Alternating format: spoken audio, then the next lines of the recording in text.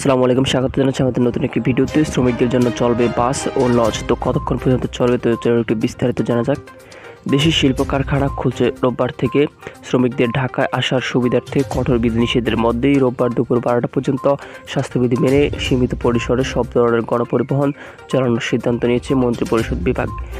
বিষয়টি নিশ্চিত করেছে তৈরি পোশাক মালিকদের সংগঠন বিজিএম-এর সভাপতি ফারুক হাসান। গণমাধ্যমকে তিনি বলেন, শ্রমিকদের স্বার্থে সরকার গণপরিবহন চলাচলের ওপর বিধিনিষেধ শিথিল করেছে। এই বিষয়ে বাংলাদেশ সড়ক পরিবহন মালিক সমিতি মহাসচিব খন্দকার এনায়েতুল্লাহ বাংলাদেশ জার্নালকে এ তথ্য নিশ্চিত করেন। 16 ঘন্টার জন্য চলবে বাস চালুর সিদ্ধান্ত কে দিয়েছে জানতে চাইলে তিনি বলেন, তার সঙ্গে স্বরাষ্ট্রমন্ত্রীর কথা হয়েছে। শ্রমিকদের আনার জন্য বাস চলাচল করতে বলা হয়েছে।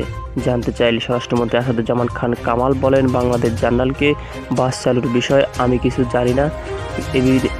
এ বিষয়ে ক্যাবিনেট মেম্বারের সঙ্গে যোগাযোগ করতে পারেন। তিনি বলেন, পারভেজ বসু চালু হয়েছে। স্বরাষ্ট্র মন্ত্রণালয় একটি সূত্রে জানিয়েছেন, ব্যবসায়ীদের অনুরোধ 1 আগস্ট থেকে শিল্প কারখানা চালুর অনুমতি দেয় সরকার। শুক্রবার এই খবর প্রকাশের পর দেশে বিভিন্ন প্রান্ত থেকে ঢাকার পথ ধরেছে শ্রমিকরা। গণপরিবহন বন্ধ থাকায় ভ্যান, রিকশা নানাভাবে ঢাকায় আসছেন তারা। ঢাকার প্রবেশ পথগুলো শনিবার বহু মানুষকে হেঁটে আসতে দেখা যায়।